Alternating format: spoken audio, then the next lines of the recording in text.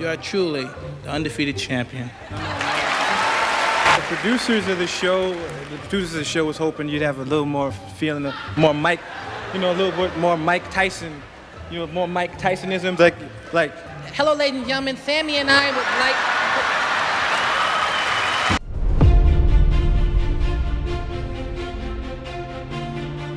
When you talk about comedy legends who never followed rules, never asked for permission, and somehow still got away with everything, one name always stands alone: Eddie Murphy.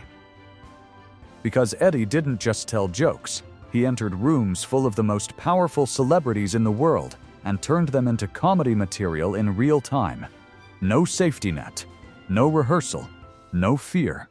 And somehow, instead of backlash, he got something even more unbelievable: respect. Even from Mike Tyson. The comedian who had no off-switch Eddie Murphy's rise wasn't normal from the beginning. While most comedians carefully tested material, Eddie was already doing something different on shows like Saturday Night Live. He wasn't performing characters. He was becoming people. He went to your house and you made him, as he said over and over again to me, Ballpark Franks. He said, I went over there, he made me Franks, Ballpark Franks.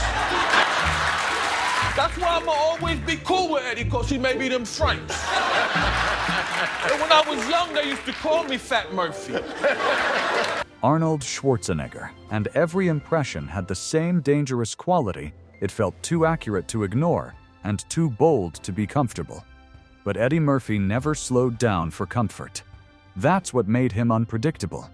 And that unpredictability is exactly what led to one of the most legendary reactions in comedy history: Mike Tyson laughing at Mike Tyson. Mike Tyson meets Eddie Murphy's version of Mike Tyson. Now imagine this. You are Mike Tyson, one of the most feared fighters in boxing history. I'm happy to be here with people that I recognize, even if I don't know them. I recognize them. This lady, this is your fiance. Yeah. She's very lovely. Thank you, brother. What's all about you, though? Don't be checking my shit out on the side. Well, he got the award and everybody stand up gonna try to rap. But hey, man, so who's this with you, Ed?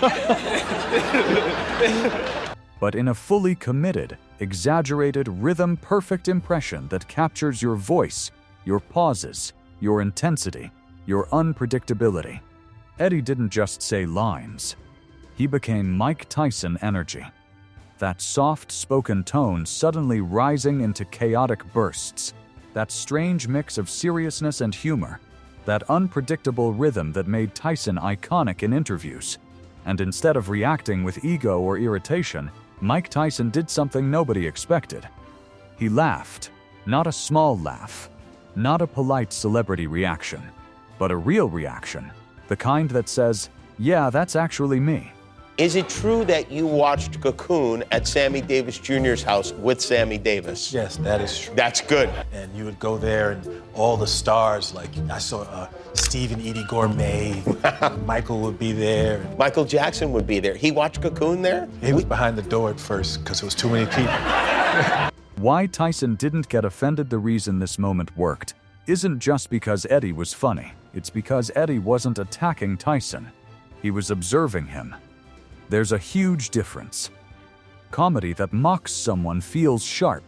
Comedy that recognizes someone feels honest.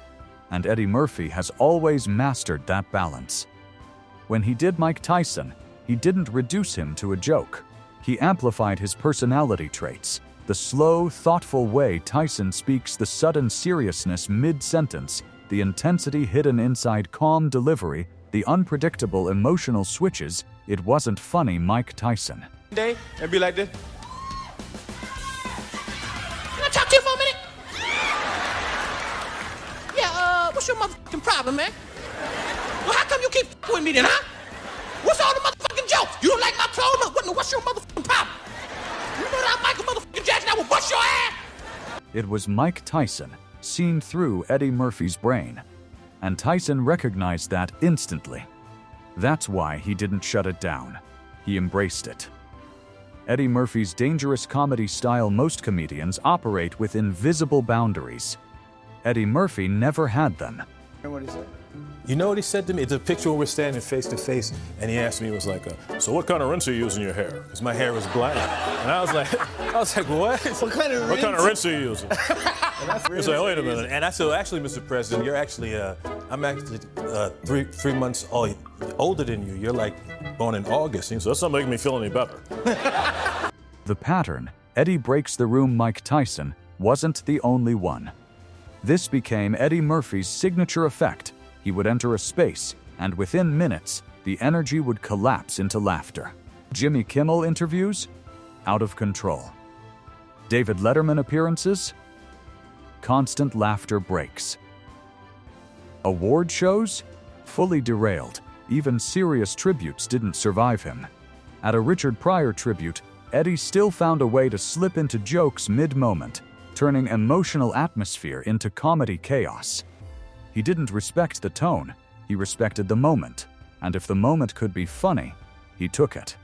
Why even celebrities couldn't stay serious, one of the reasons Eddie Murphy's impressions worked so well is because they didn't feel like impersonations. They felt like truth exaggerated through comedy. When he did Michael Jackson, people laughed, but also recognized the awkward innocence. Thank you very much, Eddie Murphy. Could you lift that up, please? I can't wait. Eddie, I need your help. It ain't working. Okay. He said, Eddie, pull it up like I was working for him.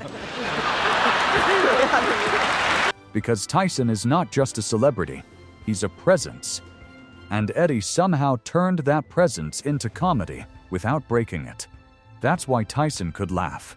Because he wasn't being reduced. He was being understood in a funny way. The line Eddie never crossed, but always approached. Here's what makes Eddie Murphy unique. He lives right on the edge of disrespect, but never fully falls into it. He pushes so close that the audience feels nervous. Then he pulls it back just enough to make it safe again. That tension is what creates laughter, and Mike Tyson's reaction proves that balance worked perfectly. Because if Tyson had felt mocked, the reaction would have been very different. But instead, Tyson laughed. Which is basically the highest approval rating a comedian can get from someone like him. Why this moment became legendary, the Eddie Murphy, Mike Tyson impression moment, lives on for one reason. It's rare to see a celebrity accept being impersonated so openly.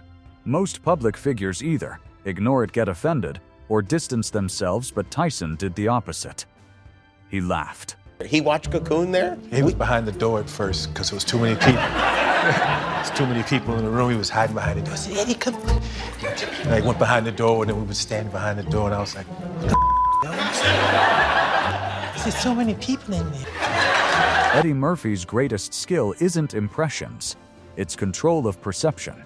He can walk into a room full of legends and shift the energy, instantly turn tension into laughter, and make powerful people laugh at themselves. That's not normal comedy.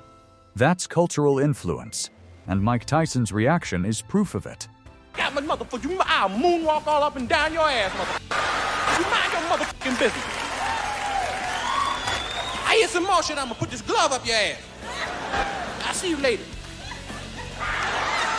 Mike Tyson didn't just tolerate Eddie Murphy's impression, he enjoyed it. And that's what makes this story so powerful.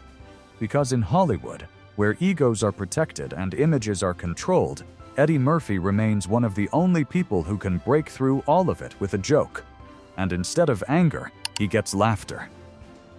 Even from Mike Tyson.